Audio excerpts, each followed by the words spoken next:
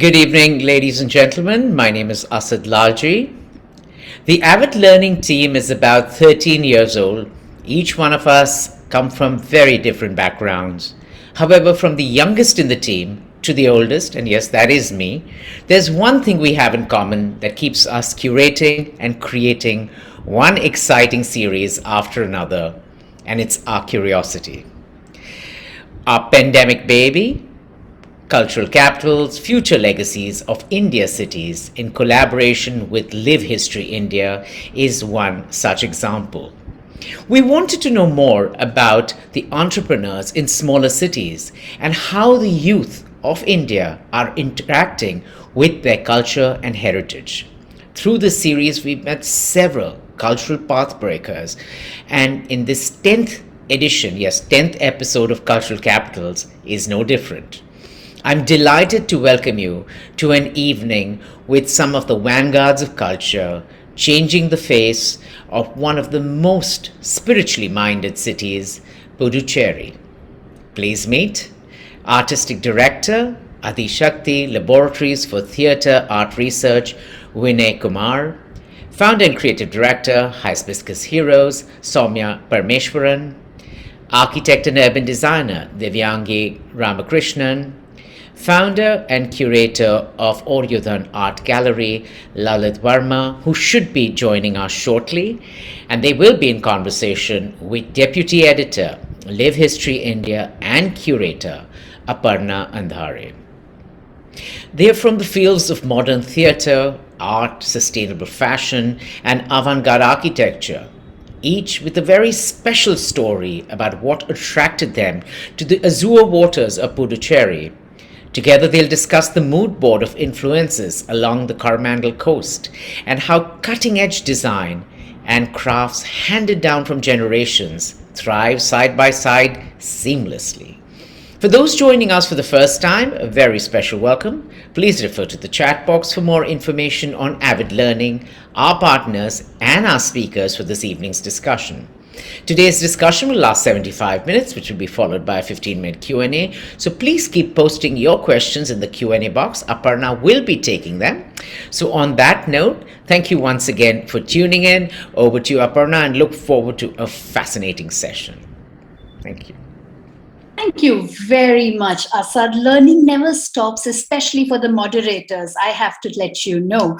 It is very exciting to come back to Avid and to Cultural Capitals, a series that I've been following with great interest because it brings us to various parts of this country and shows us a view that is beyond what you get to see, even if you travel. So we've got four very exciting panelists here. And I'm just going to give you a short introduction to Puducherry, although I believe that it's a city that doesn't really need much. But here we go. And the art historian in me basically insists that we start with a map. So Pondicherry or Puducherry is on the coast, and that location makes it very, very important. It also is a very hot city, or so I hear, with extremely cool people in it. Pondicherry's history basically goes back a long way before its colonial past, before even its Vijayanagara and temple building past into the 1st century when it used to be a trading port. And we know that there was Indo-Roman trade. We have pottery shards. We have inscriptions in Kharoshthi. We also have extremely charming sculptures like this one from the region. We also know that Pondicherry was the place where trade not only happened towards the west, but also went on for the east. In about the 4th century is when it comes under the Pallava kingdom. In the 10th century, the Cholas take it over. 13th century, you have the Pandyas.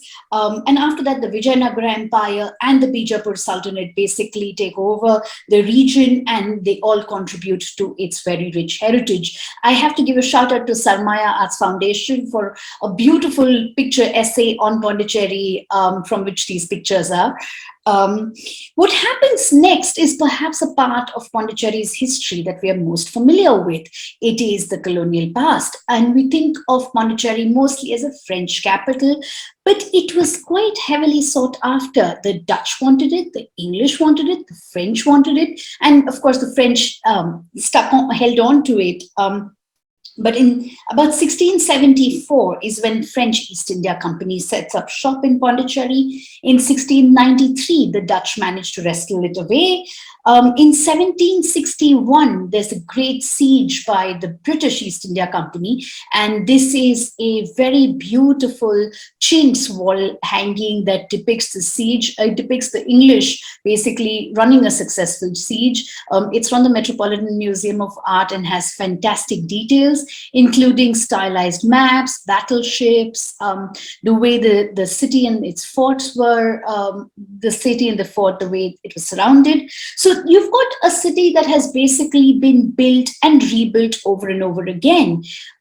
We know, of course, of the French town, which was called the Ville Blanche, the White Town, which of course had the best views. It was in the nice part of town, and the Ville Noir, the Black Town, was hidden away a little bit, which is of course along racist lines. And we also then find that this gorgeous yellow, the idea of a French town that we've all now come to identify with the city, had to get built and rebuilt and adapt to also changing climate. Auroville, Sri Aurobindo comes to Pondicherry. The mother sets up the ashram, and Auroville becomes an integral part of what draws many people to Pondicherry, including some of our panelists here. As much as Auroville is an integral part, so is the Tamil part, so is the local part of Pondicherry, and we're now, or Puducherry. One must remember to keep up with new names.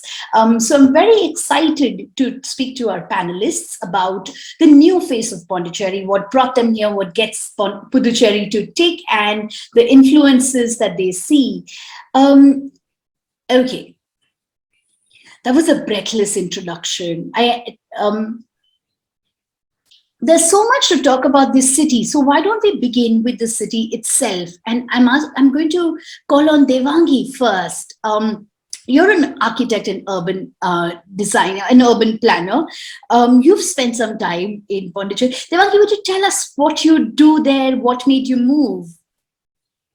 Hi, Aparna. Thank you, Asad and group for inviting me today to speak.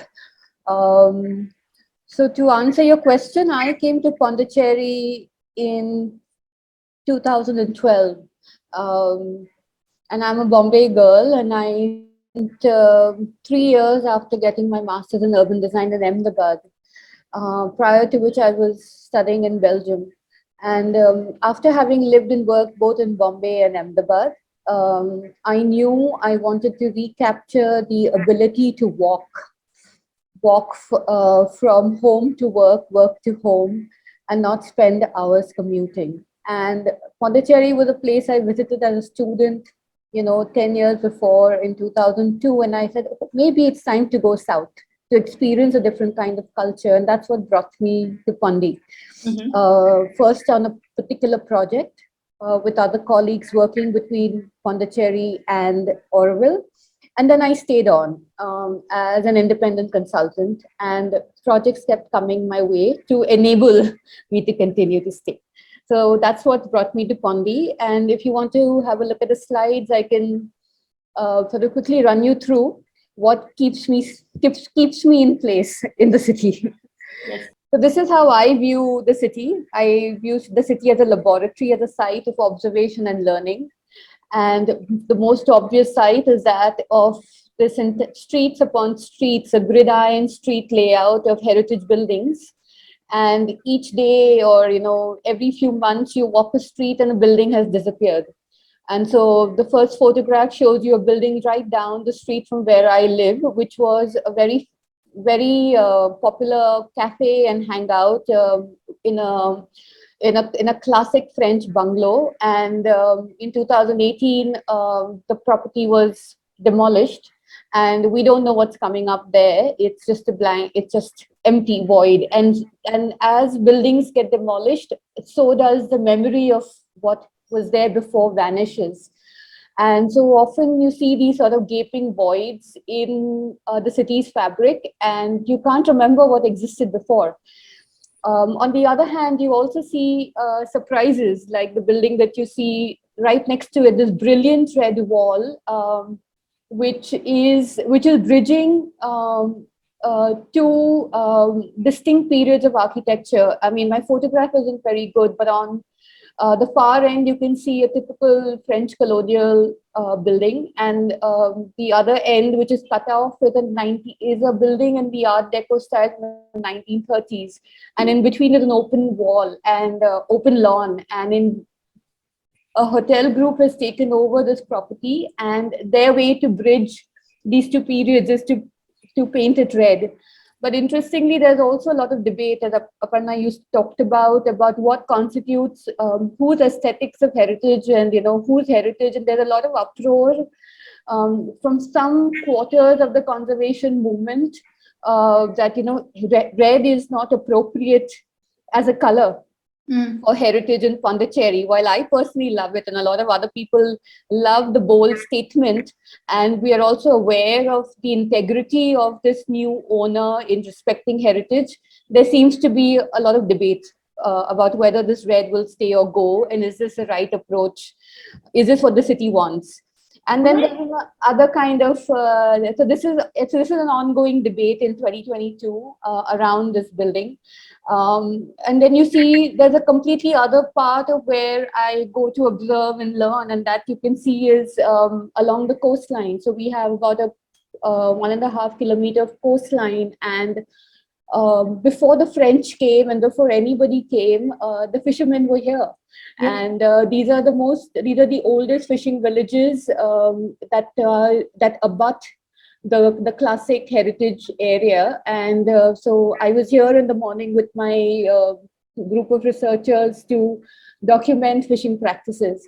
And this is them in the early morning. And these spaces are under threat currently because the coastline is where capital wants to invest.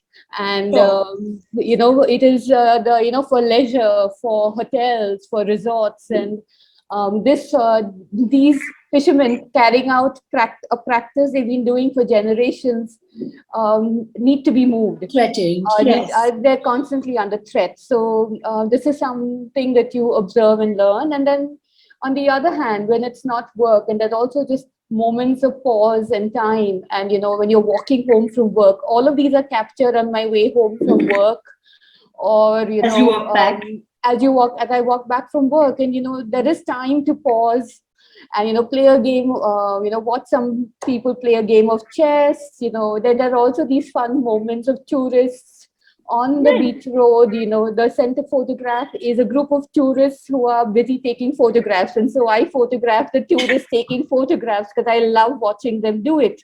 Right. And because a part of these streets are completely blocked to traffic 24 hours a day, it becomes a space that all of the city pours into after 6 o'clock and relaxes. So this is what we see. And then at night, there are these kind of surprises. You can still walk safely down the streets in the night. Yeah, which is very important. And you can see two of my friends who are unwittingly in the photograph chit-chatting over some gelato at night. That's a good way to live. But yes, very interesting to also to understand whose heritage it is, and to not privilege one kind of heritage over another. So we will come back to that because it's a very interesting point, and I think quite crucial to the way Pondicherry sort of plays out and its urban life plays out. We should come back to this in a bit, but I'm also now going to invite Vinay to say hello, and we'll start. And Vinay is one of the founder, is now the creative director of Adishakti, which is a theatre group. Vinay, you've also, like Devangi, have made a long journey to Pondicherry. What is it that you do? Thank you, Avid Learning and Live History India, inviting me for this platform. It's a wonderful initiative. Thank you so much from my side. Pondicherry is an enigma. Okay, after all these years, that's once you leave only you will understand. My encounter in Pondicherry is in two levels, you can say. And first encounter is nothing to connect with the culture. So when I was young, around 1918, to support our studies and support our other kind of income source, we youngsters, three, four of us, used to come to Pondicherry. And in a way, it is connected to Pondicherry's cultural history because that's the end of a scooter called Vijay Super. Mm. And you will get in this Vijay Super very cheaply. And it's a lot of demand in Kerala. So we'll come, purchase three, four scooters, drive down back and sell it. Okay. So it's like every 2 months we used to come here, and it's that space itself. You are not looking at that time the space as a culture space, but rather a space that is out of nowhere you see it, nowhere you can imagine kind of space existed. That's how Pondicherry comes into my familiarity, my consciousness, and later in 1992, I shifted to Pondicherry. The reason for that is like any space, in any endeavor, any vibrant space, you can tell in three aspects.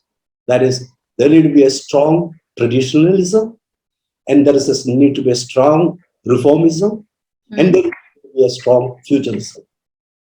When these three things can complement, then only you can say vibrant space is existed. If one of this only exists, then you can say that's culture baggage, and most of the time it stifles any creative endeavor you are looking at. So, in a vibrant city, offer this three platform for any kind of practices to you can engage with, and that's exactly what Pondicherry offered when I came in '92. And especially with something reclusive like our work, our work at that time is primarily concentrated on researching, and that shut down without the social pressure of engaging with each other or meeting or missing out on the world. Pondicherry, catch up even after 3 months, you can go to oblivion and still catch up. So it's that kind of a pleasure. But apart from that, what really Pondicherry offer is the multiculturalism in its truest form. Okay, it have everything in the pleasure. It can have the multicultural linguistic interaction to political ideologies playing out. So it created a pluralistic viewpoint of how a city should be. It subscribed to a monolithical understanding of how culture should be, how politics should be, how opinion should be.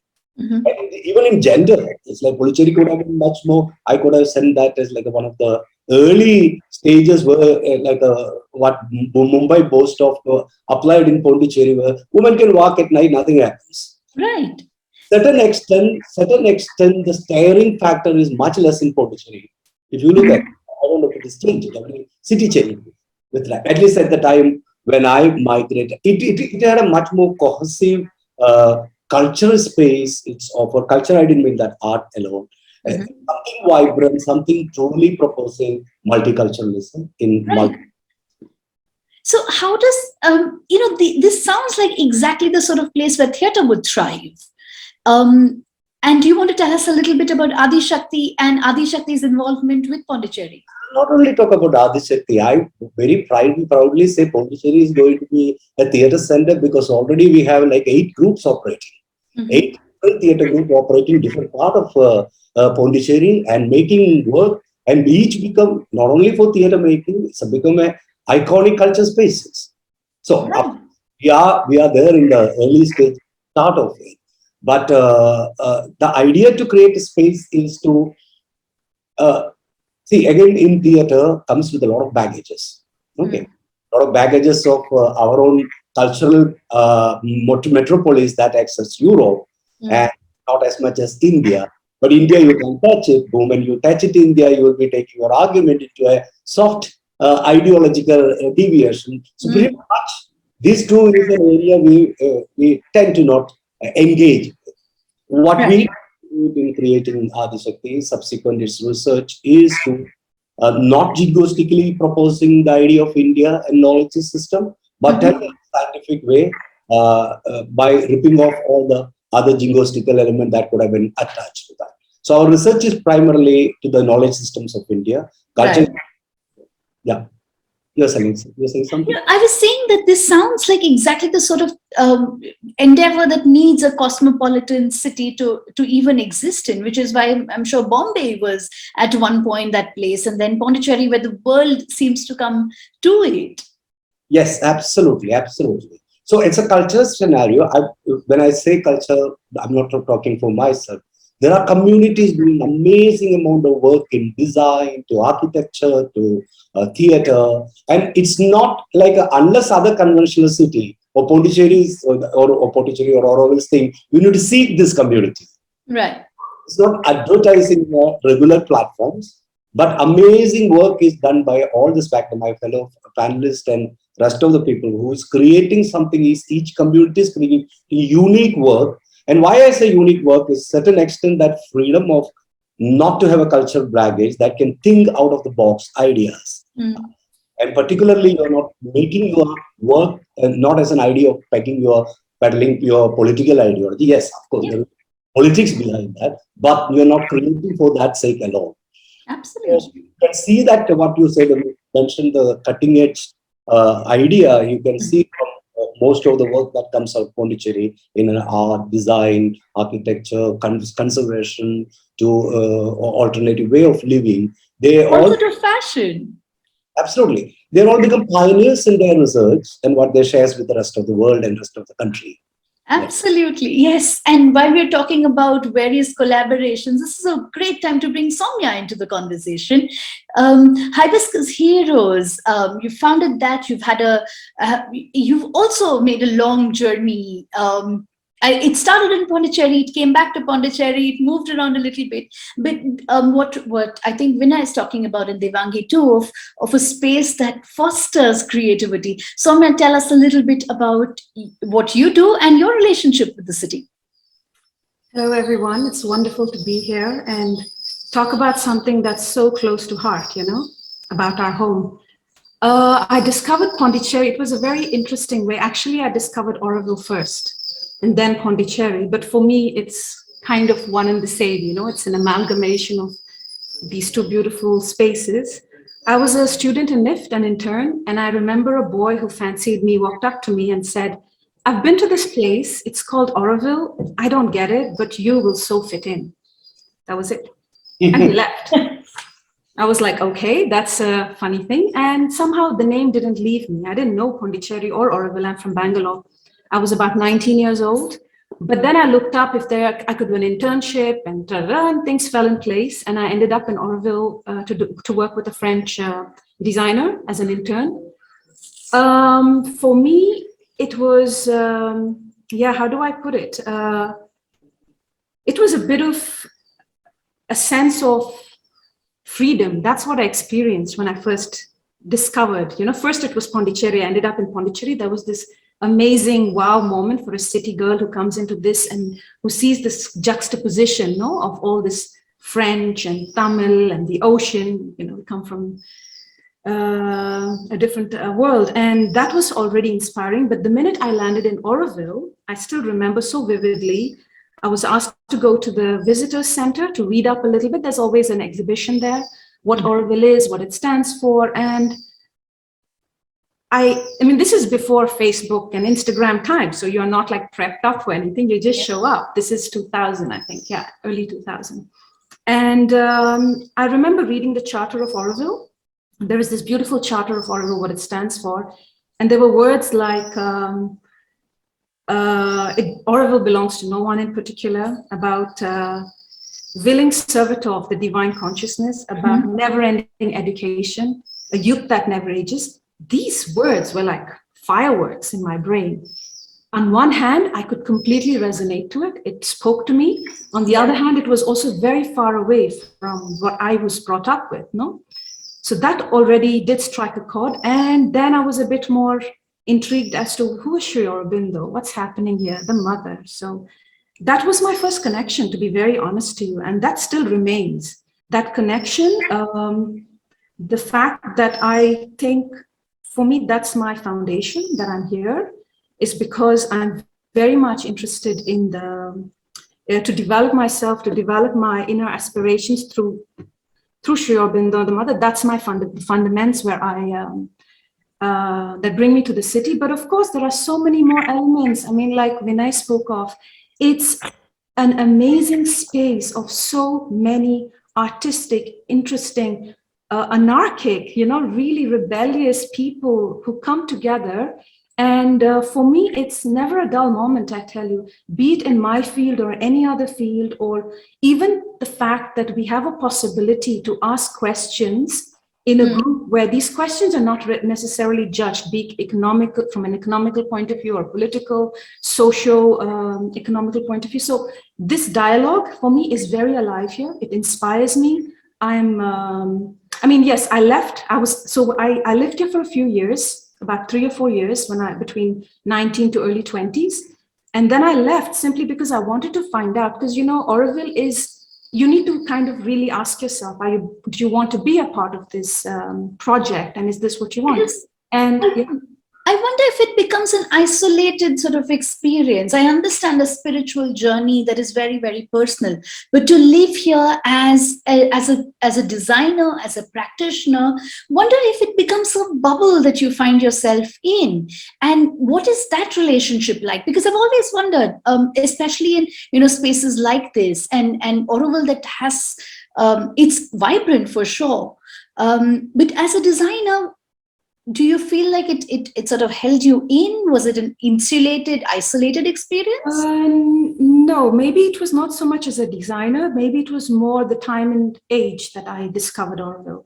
So when I was around 19, 20, 21, I had all these connections to Auroville, but there was still a doubt as to what's out there and what is, because you come out of university, you've discovered this. So there was this dialogue, which was very interesting. So I did end up in Amsterdam. I ended up in Amsterdam for quite a long time. I was working for many fashion labels there, but Auroville was home. When people would ask me, where are you from? I would say Auroville. For me, there was no doubt. It was not Bangalore anymore. And every 6 months, I was back to Auroville. I had friends from Auroville come and stay with me in Amsterdam, vice versa. So the connection never left. So I couldn't make like a generalized statement to say the isolation part, because I think there are many people who've lived here, who are born here, who continue to do whatever they do, and they're flourishing. It's beautiful. So I think they find that connection to the outside world, or the outside world finds the connection to them. There is an organic exchange happening, because let's face it, Auroville is quite open that way, in the sense that there are a lot of people crossing over, right? There's a lot of floating population that comes in, a lot of students, interns. So this also keeps that interaction very much alive. On a personal note, for me, it was just more about myself, maybe to understand more about myself. It was just coming of age kind of a thing. Sure. And but it always called me back. And now I'm back here. I'm now here already 6 years.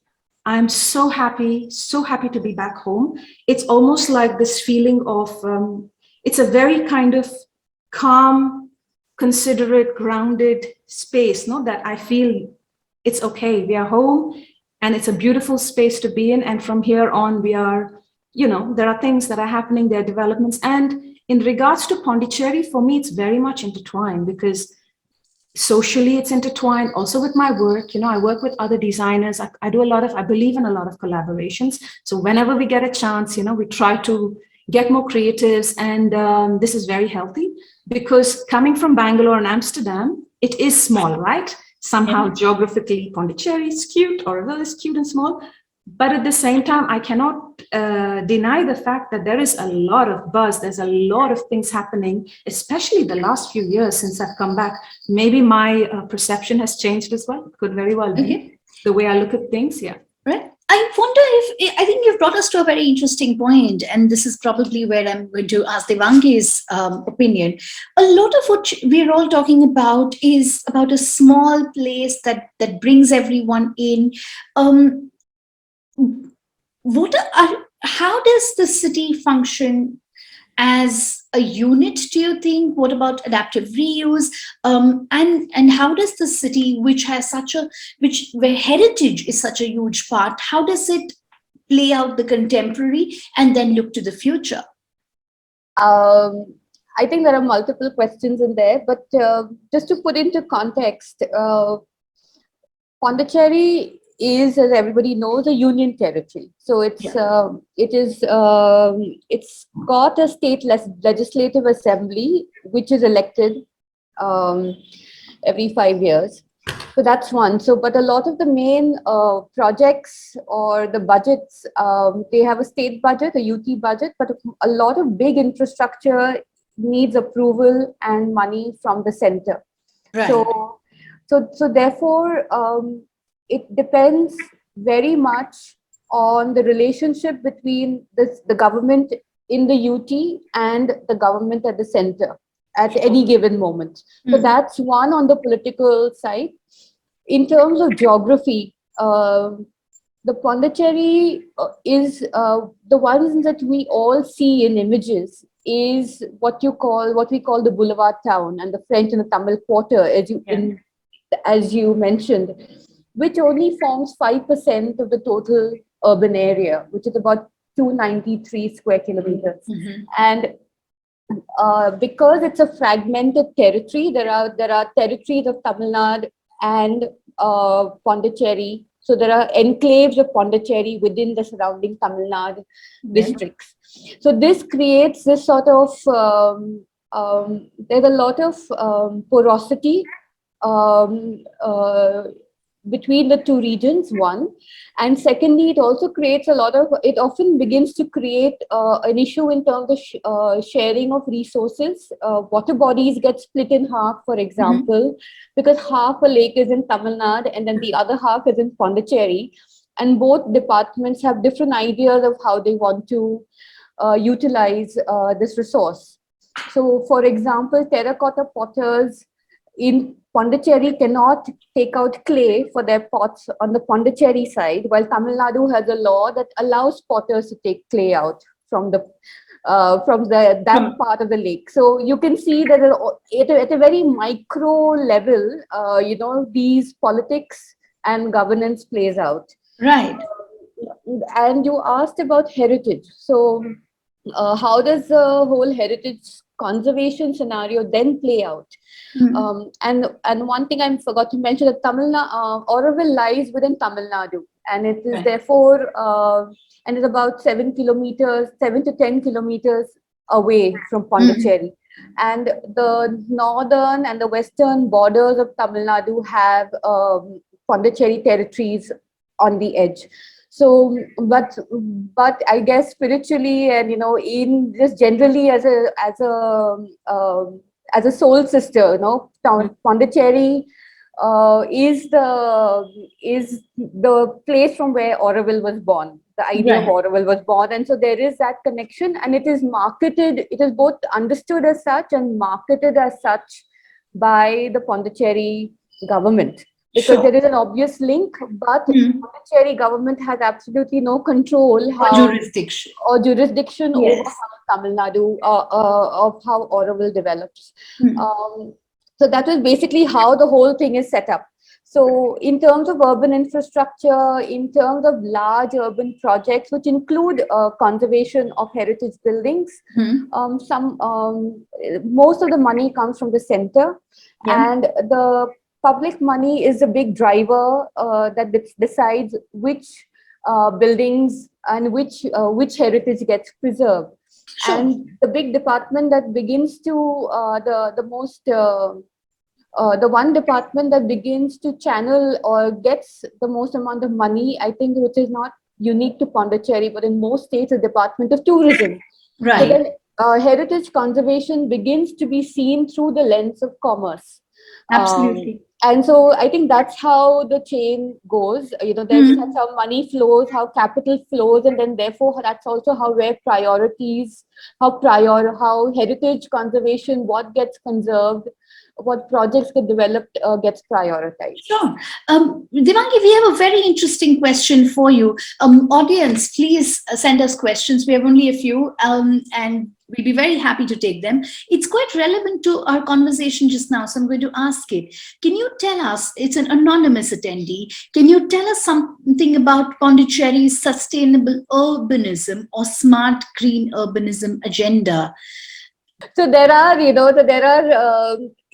everything that the center has planned in the last decade or two has equivalent missions in Pondicherry. So there was an entire solar panel mission. So so this is across the country, and there is a similar mission underway in Pondicherry, has been for the last decade, to sort of green roofs and put solar panels on all public institutions, etc.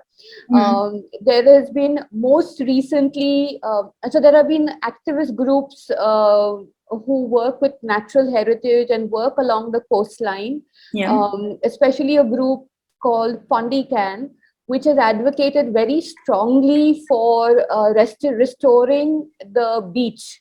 So the beach that we had, which was a sandy beach, eroded completely when Pondicherry port was built in the late 60s.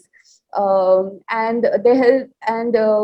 therefore the coastline had to be strengthened with groins, etc. But as we see also in Marine Drive and in Marine Drive, but what has happened is that the sand eroded. So the group went as far as to, put in a PIL against the government. And in the last, just right before the pandemic, so between 2016, 17, 18, over the 3 years, and even now, along with NIOT, they have managed to restore the sandy beach. So more recent photographs of Pondicherry's very famous beach road will show you a sandy edge. That's a restored sandy edge. That's a restored. Just in the last 5 years, it has been restored, and the group continues to work. So there isn't. Go on. Sorry. Complete the question was there isn't a sustained like one comprehensive agenda for green urbanism, but a lot of it has happened through activism, local activism. So like most estuaries or low-lying coastal lands like ours, and all across the eastern coast, you see a lot of water bodies and estuaries and ponds which were completely silted up or filled with garbage. And there's a local ERI system that we call, which is a water management system that existed from the Chola times, which was getting completely filled up. So there is a group which has been working very closely with the government and restoring a lot of these water bodies. So there have been these sporadic interventions, nothing sustained that I know of from the government side. Because I think Pondicherry has also seen a lot of climate change related devastation. But you were saying something very interesting about how individuals are making an effort to clean up their act, to clean up the environment. And this is where Sowmya will also come in. I'm sure you knew Sowmya. I was thinking of you. You've been doing very interesting work, especially with textile. Do you want to tell us a little bit about Hibiscus Heroes and about your own journey with natural dyes and the impact that textile has, and what you're doing in Puducherry? Yes, I'd love to. I actually, when Devangi mentioned about this, the People's Initiative, it made me really happy because it's there. That sense is very strong in Pondicherry that I've noticed, in Auroville that I've noticed, as opposed to some other metropolitans, and that's very beautiful. For me, it has been, how do I put it? Like, it kind of is a dotted line, because when I started working in Europe, I was working for, I never worked for fast fashion. I was, always very careful that whatever I made, things were of high quality, the human rights were respected. So that awareness I had in terms of who I worked for. But the nature of fashion, the business of fashion, it's a giant, and it's very hungry giant, it's never satiated. And what happened was, towards the end of my career, I was pretty much the last 3 years of my career in Europe, we created a collaborative effort between a few big brands in Europe. I don't want to name because it's not relevant for the message. But there were big players, and we wanted to understand how can we create a much more easier, simplified, sustainable forum, right? Sustainable plan, be it sourcing, be it how the products are produced, where they're produced. So there was this whole dialogue. But I tell you, I tried and tried, and after a while, profit is king. So you can only push the envelope so much. And when I'm here, what I'm doing now, that's the DNA of the brand.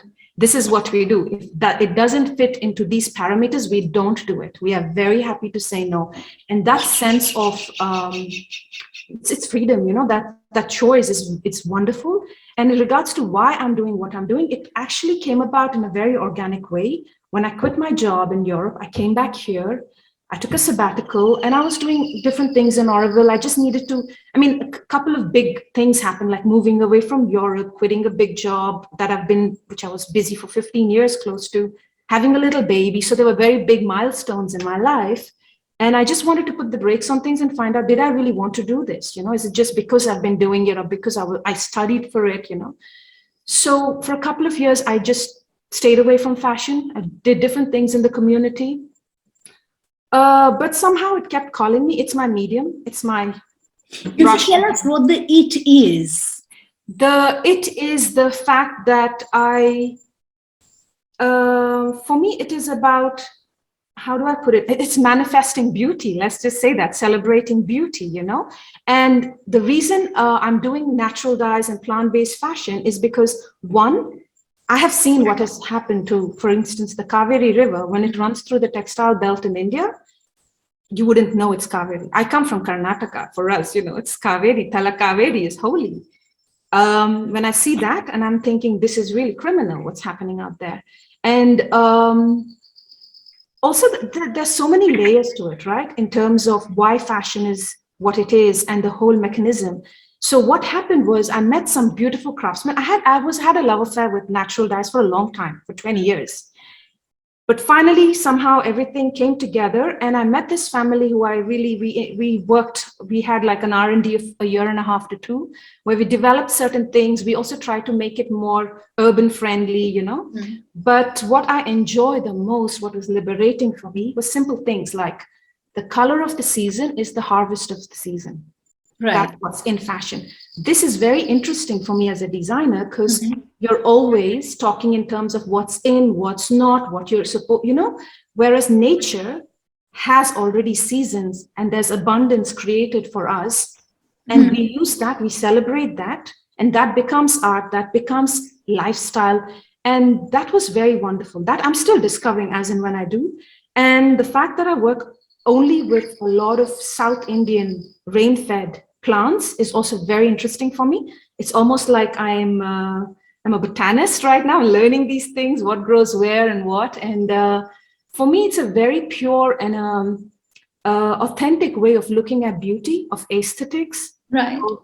So it's for me a wonderful, wonderful chapter. Mm-hmm. It's very new, by the way. We just launched a year and a half ago. We are a pandemic startup, but it's been well received, and I'm amazed how receptive people are to this idea. That you're wearing flowers, you're wearing colors from plants, and that's fantastic.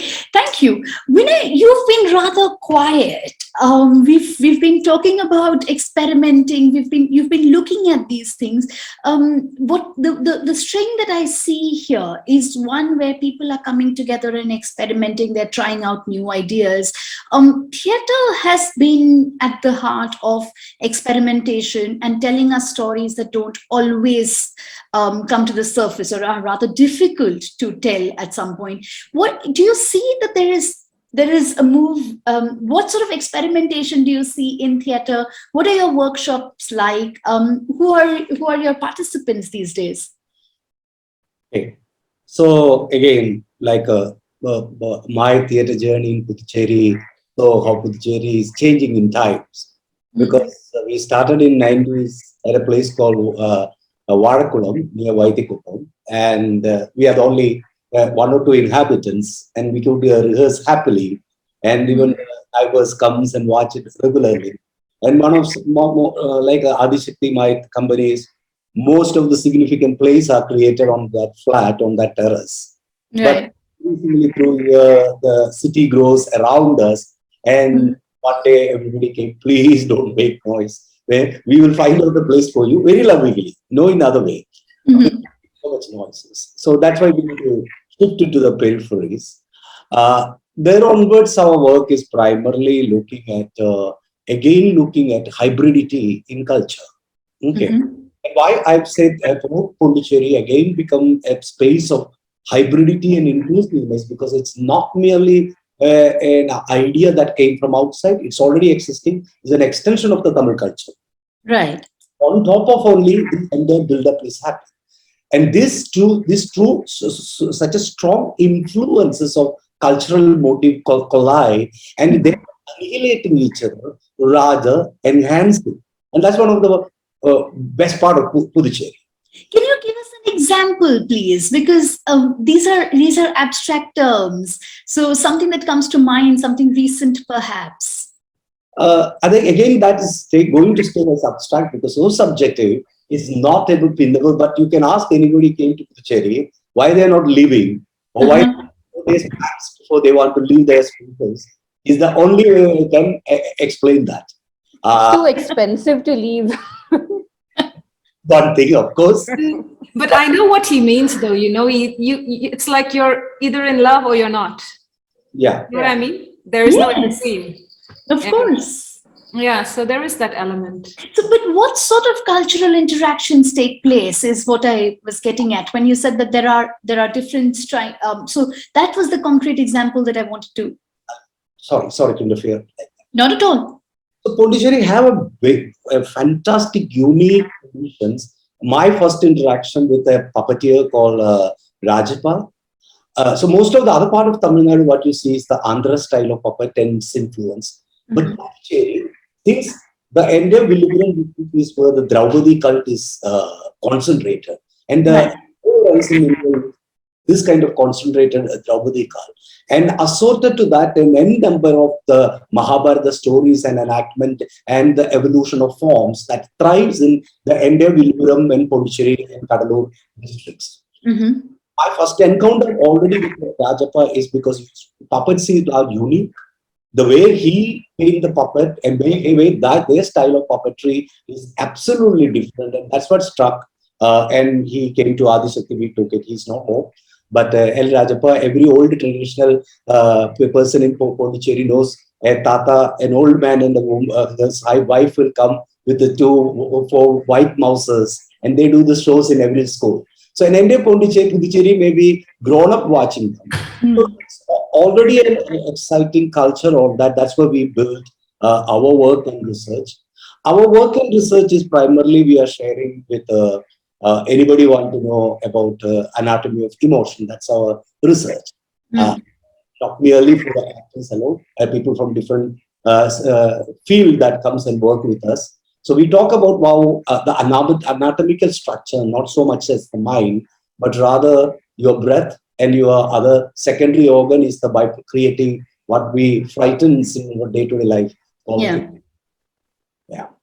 So that's That's what Adishakti primarily does it.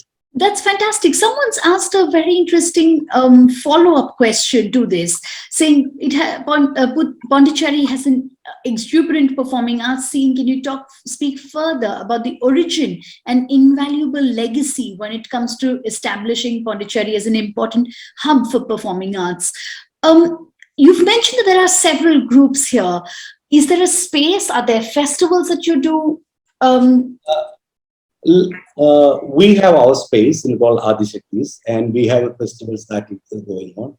Similarly, there is another teams like Storm, and there is multiple other groups are creating their spaces. So it's not merely like a fly and do a creative work for 1 year, but rather people are looking at creating Pondicherry as a culture space where multiple dialogues can happen. And that's what exactly I meant hybridity. Any space that is vibrant is multiple levels of art creation, and the kind of times we are living in, Mm. the only way we can counter it.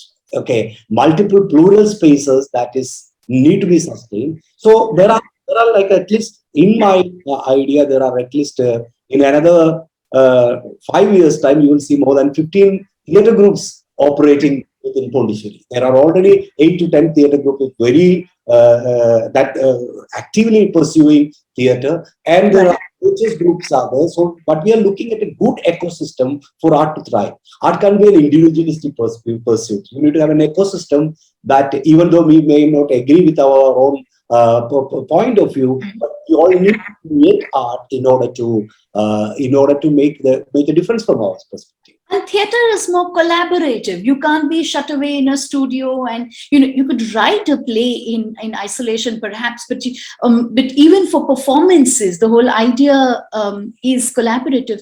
When you came to Pondicherry in the beginning, in '92, you said, was there an active theater scene? There are. University had a performance arts department. I also came there to join the MA program, and I joined the MA program. Unfortunately, I need to leave because I thought I need to do live theatre because I already finished at drama school by that time. Right.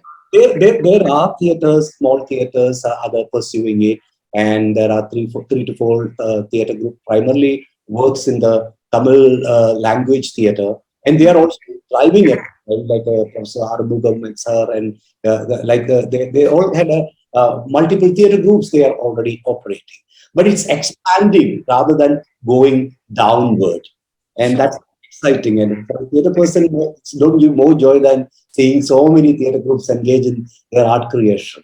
Absolutely. I'm going to ask a question to all three of you at this point, and it might sound a bit frivolous, but humor me. When there's a city that has so many people come in and there's a floating population and all of that, what makes somebody a local to Pondicherry? I can see you all smile. So who would like to go first? Sowmya? Wow. I was dodging it. What makes you a local, It's a tough one, you see, because I'm not born here. I wasn't raised here. I chose this as a young adult. So I wouldn't call myself a local too easily so that I do not, offend the locals.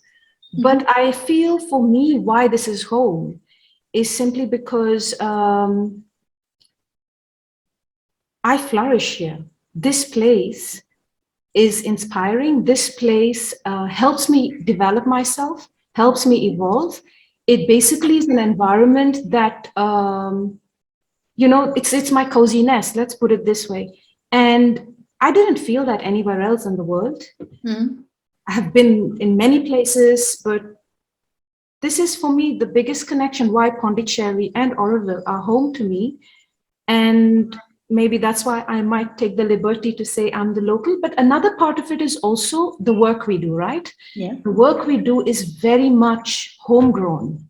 The work we do is hands-on with the people here, with the bioregion here. They are family. They are extended creative partners, And just by the fact that I interact with them every day, the fact that for Pongal, I'm there at the festivities with the Mattu and the race and all that. And in Pondi, when there is a beautiful, now we have the Pondi Heritage Week going on, that we go collaborate. All these simply very much acknowledge the fact that we kind of belong here. This is our home. So that's how I feel I'm a local. That's wonderful. Thank you. Vinay, what makes you, what makes a local in Pondicherry? It's like a very subjective interpretation. So for me, in my mind, there are 100 reasons I feel I'm a local. There are for the others, there are 100 reasons I'm not a local. Yeah, that's fine. But every city does it. That how do you love the city that makes you personally local in the sense, rooted will be the word I will be saying, because it's not a one-way process. You don't take, you need to give. Then only you become a local. In that sense, that we are all in that collaborative way with the love with the city. We love the city more than ourselves. That's why we get the pang. So anything in the offering, we may be only doing a limited amount what we can do it. Given an opportunity, we will be 100-fold. So that's how it goes on to. But every city in cultural history will tell you, every city will have a collapsible point. Sustain it in some way, because at the end of the day, every city's root is soul. You understand? And the whole lies in the plurality of a city. When it loses its plurality, the moment it loses its inclusivity, every city becomes like the other city. And I'm hoping that my city will never go that pathway, and it keeps its independence, keep its cultural mooring, keep its independent thought, and it's what you can say, it's the cutting edge thought. Active political thought process, it continue in multiple strains, sustain it. I hope so. Right. That's interesting. Thank you, Devangi. Oh God, Sowmya and Vinay have spoken the same, have said whatever I was thinking. I really hesitate to, when I'm among what I call actual locals, those who, I spend most of my time in Puducherry and go into Auroville once in a while. But I hesitate to call myself local because I know people who've been born and brought up in Pondicherry, and they are truly Pondicherrians. They are the ones who really legitimately are able to say they're Pondicherrian, just as I continue to say that I'm a Bombayite. Right. But I think I'm more local when I'm talking to people who are visiting from the outside.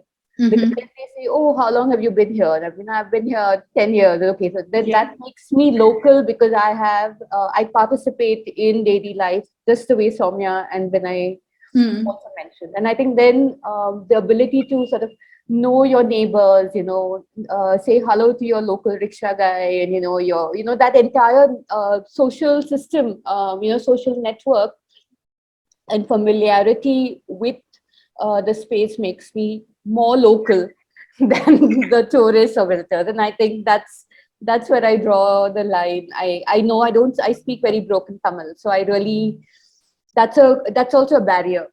Right. Because most of us are non-Tamil speakers who are also settled here and are learning or very poorly learning the language. And so there's a complete difference in culture, Tamil culture versus the culture that our roots are from.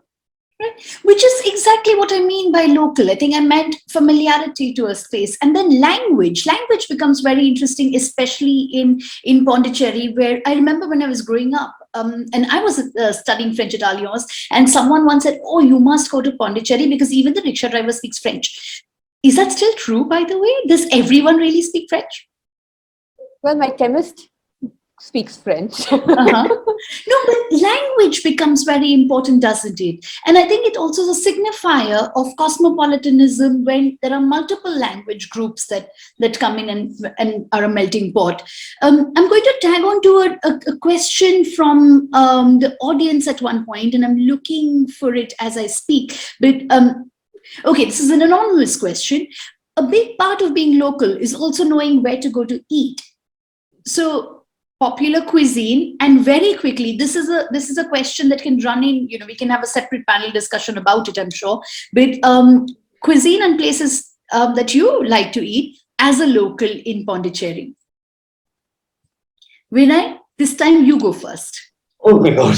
That's yeah, I used to have that kind of cravings to go out and eat, and subsequently I'm making lesser enthusiastic about going out and eating. But I can Puducherry have I am say that it can have a really nasty, fantastic food places you can go. Okay, if that's what we are asking. The question is yes. So you get a wide variety of food in Puducherry. There are traditional food that is fantastic. If you are a lover of an idli vada, and if you want to really come and enjoy what is vada is, what is dosha is, you will come and eat in some places. Yes, of course, we have different interpretation of that. But Pondicherry has a different interpretation of what the Tamil cuisine is. And then there is multiple other, since it is multiculturalism, and the multiculturalism, certain way in Puducherry, unlike other places, everybody want to drive their authenticity. So whoever comes in Puducherry, in the cuisine area, in the food area, trying to create that authenticity of where they come from. So certain extent of fusing, it's not making you are merely opening a place to eat. Rather, they want to bring what they miss at home, fuse it here, and present it in the loud place. So in a way, Puducherry, like every city, you will have multiple cuisine to eat, and you will have different cultures opening up their restaurants there. But something that is different in Puducherry is this. Uh, I don't know how to put it. They want to peddle the idea of the place where they come from, Mm-hmm. get the place where they are living. So you Italian to French to Kerala cuisine to Andhra cuisine to Karnataka cuisine to But Bengal. you like eating at home. I'm like I'm not once in a while only once in a That's while. interesting. Maybe it's a pandemic thing. Sowmya, do you have a recommendation? Is there something that you specifically love about food? Wow, there's nothing specific, but I understand what Vinay mentions about all this different possibilities and varieties. But I have to share an anecdote. When I moved to Europe as a South Indian, the one thing I missed, I was in Amsterdam. The one thing I missed the most was idli dosa, no? Idli sambar. This was a torture. Mm-hmm. Eventually, I did find it in Paris, in a lane called Little Pondicherry. It was really, yeah, they have this little streets like that. So I remember a friend of mine who was doing an internship from France. She was in Bangalore, and then she also did something in Bombay, and she was here for almost half a year. And I remember her, she came to visit me, and then she ordered for a croissant, which you can get in Auroville Bakery. They have really great croissants, or many places in and around Auroville and Pondicherry. And I remember her eating this croissant, and it was her idli dosa, no? It was her thing. I had missed it for almost a year. And so I think the French pastry scene is really super cool. What is new also is the whole gelato scene that's happening, no? With the Italians, the pizzerias. It's state of the art. It's really good. There are very nice gelato makers, pizzerias. You want me to really drop names? Is that helpful? No, that's all right. What about Creole food? I've heard so much about a Tamil French. Yes, yes. What's that like? Is there, Devangi, do you have anything specific that you quite enjoy? So I'm going to answer in three very quick parts. So first is a shout out to Andhra Mess. Okay. I don't know if Sowmya and Vinay both have been to Andhra Mess. I should try. I'm from Andhra Pradesh too. So Voila. So that is me and my friends' go-to place for everything from paniyaram to all of it. Okay, it's a really small kitchen that runs in the Kosakadai street. So that's one. So whoever asked for the recommendation, I recommend that. And it's of course not Pondicherry food, it's Andhra food. So Sowmya, there you go. Yeah. The second thing was also to what Vinay said, that he now prefers to eat at home. And there's also a lot of people from all over the country and the world who are here. And after having eaten out, while I was trying to set up kitchen, over the years, I've realized that my best meals have been in people's homes.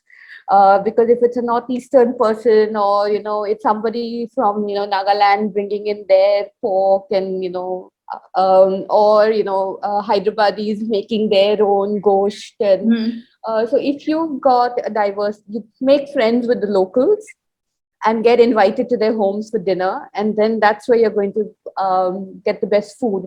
And to directly answer your question about the French Tamil mix, it is what is called Creole cuisine, but I always joke that basically a Tamil kodamba with a bit of cream or milk added in. I mean, I haven't, but the vadagam, which is like a spice ball, which is then cured, a mix of chili and other spices, which is cured, dried, and then added to various curries, and it stays for I think a few years. So this is a very local development. Right. In fact, and because Sowmya mentioned the Heritage Festival, we should actually shout out to it. It's ongoing. It began on the 4th of March and ends on the 27th of March. And one of the events is a lunch of Creole food at a lady named Shea Pushpa. So look up Pondicherry Heritage Festival, and to everyone attending. And if you want to come into Pondi and experience some of the heritage walks. There was a question about heritage walks. All of that is ongoing currently until the 27th. So you'll get like a very concentrated Pondi experience in this month. Just that answers Lenny's question. Sorry, Vinay, were you saying something? Just adding, sorry, don't think it's helpful. Please go on. Month of April, we are having theatre festival. So that will be a whole month of, this is our 40th year of Adishakti. So there will be like a master classes and festival and performance. The whole month of April will be also happening. So after the Heritage Festival, that's what normally happens also. So anybody visiting Pondicherry, they are free, no ticketed shows. Super. So there are several heritage festivals. Thank you, guys. And Lenny, that should answer your question. I have one last question to go, but I'm going to save that for the end if we have the time, and go straight into audience questions. We'll start from the bottom. Will the airport in Pondi ever open again? It's quite a journey by land. Do you know anything about this, Devangi, about the airport? It's opening on the 28th of March. Excellent. There we go. Thank you. It was in the papers today, yeah. Super. Yeah. There are. I'm going to club the next couple of questions. What role have things like technology, infrastructure, and tourism played in the preservation of historic legacy in the city? And there's another one where they say what initiatives, local and even national, are celebrating historic and current legacy of the city, of this culturally diverse and important city. So I think these are a couple of questions that we can club together. And if you could talk about some heritage structures like the lighthouse and the beach. And Smita's question, which came up, which was basically lots of heritage buildings are being pulled down. Is there an agenda to save built heritage? Should I answer? I should Yes, answer please. this question. Yes. So number one, there are no enforceable heritage regulations in the city. The key player in the heritage conservation scene is Intact Pondicherry. I mean, I'm just listing a listicle of things, and make of it what you will. So Intact Pondicherry is the key player in heritage conservation, and along with the Department of Tourism sets the agenda for what is important to conserve or what can be rebuilt. As per the list of heritage, Intact and considers the boulevard town. The boulevard town is considered the heritage precinct or the heritage core of the city. We don't have large monuments like forts, etc., but the grid layout and the row houses form the aesthetic. The French Quarter is where the majority of conservation efforts, both private and public, are concentrated, while we see a lot of Tamil Quarter disappearing. This is because there is no bylaw or regulation or incentive from the government for private heritage building owners to conserve. Right. Or adapt their buildings. And this is the big drawback, because public buildings with heritage features are few and far between. In spite of the advocacy by Intact and others, several buildings have crumbled.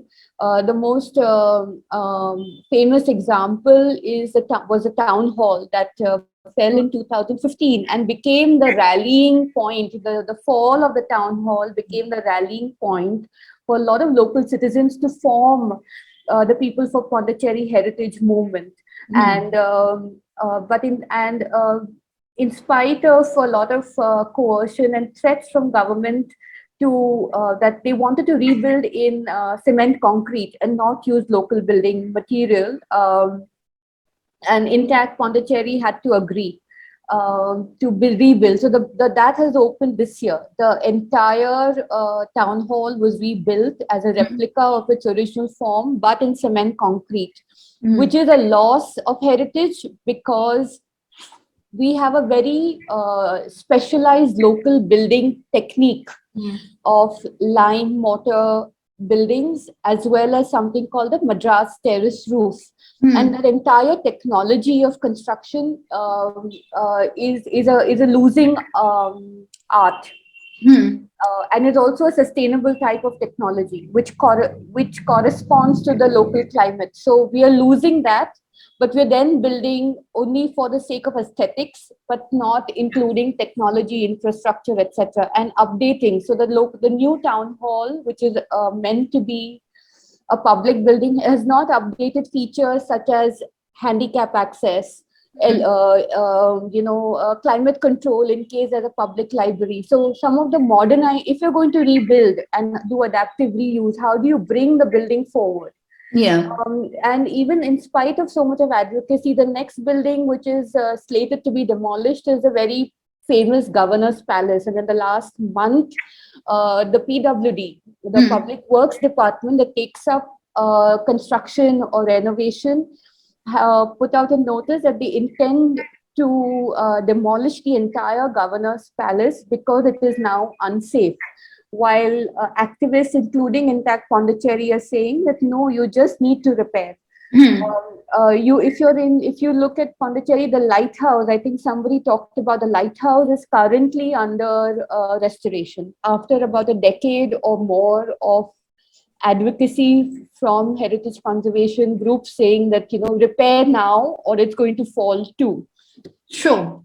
So there's a bunch of these. So it's always we're either too late or, and it's only a few of these that are getting repaired. So I think I might have missed some answers, but yeah, this is where we are at with the conservation. So we probably have 1,000 or more buildings inside the boulevard, both public and private, of heritage value. Okay. But only 23 public buildings are on the list, and they are falling every single day. So we'll see how it goes. Well, to conserve heritage, whether it's built heritage, whether it's techniques of dyeing, or it's theater and folklore, there's so much that can be done. There is so much to do.